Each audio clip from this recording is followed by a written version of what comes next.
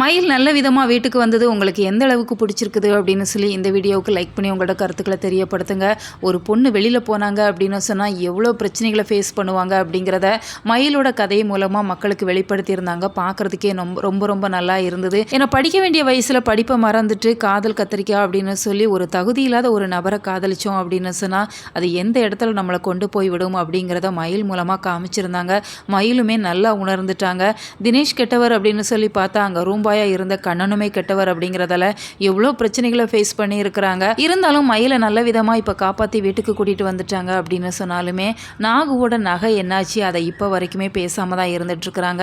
ஏன்னா கண்ணனோட மனைவி தான் ஒரு ஃபங்க்ஷனுக்கு போகிறேன் அப்படிங்கிற மாதிரி அந்த நகையை போட்டுட்டு போயிட்டாங்க. இப்போ நாகுவை நினைக்கிறப்போ உண்மையாகவே கஷ்டமாக தான் இருக்குது. அவங்க எவ்வளோ கஷ்டப்பட்டிருப்பாங்க, ஒவ்வொரு காசு பணம் சேர்த்து அந்த நகையை வாங்கி இருந்திருப்பாங்க. அந்த சூழ்நிலை இப்போ அந்த நகையை இப்போ மயில் விட்டுட்டு வந்திருக்கிறாங்க. நாகுக்கு அந்த நகை கிடைக்கிற மாதிரி காமிச்சிருந்தாங்க அப்படின்னு சொன்னால் நிச்சயமாக நல்லா தான் இருந்திருக்கும். ஒரு தாய் தன்னோட மகளை உரிமையாக எப்படி கண்டிப்பாங்களோ அது போல தான் நாகுவுமே கண்டிச்சிருந்தாங்க. தன்னோட நாத்தனார் அப்படிங்கிற ஒரு உரிமையில் அவங்க இல்லை அப்படிங்கிறதெல்லாம் பார்க்குறதுக்கே ரொம்ப சூப்பராக இருந்தது.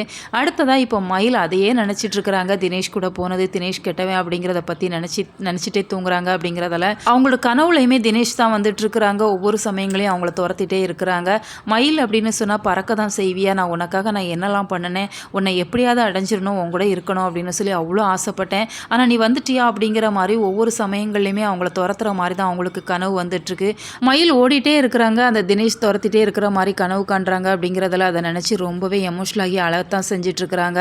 மல்லி தான் அவங்களுக்கு ஆறுதலாக இருந்துகிட்ருக்கிறாங்க. இனி நடந்துடுச்சு, அதை பற்றியே யோசிச்சுட்டு இருக்கிறத இனிமேல் உன்னோட படிப்பை பாரு அப்படிங்கிற மாதிரி மல்லி அவங்களுக்கு அட்வைஸ் பண்ணிகிட்டு இருக்கிறாங்க.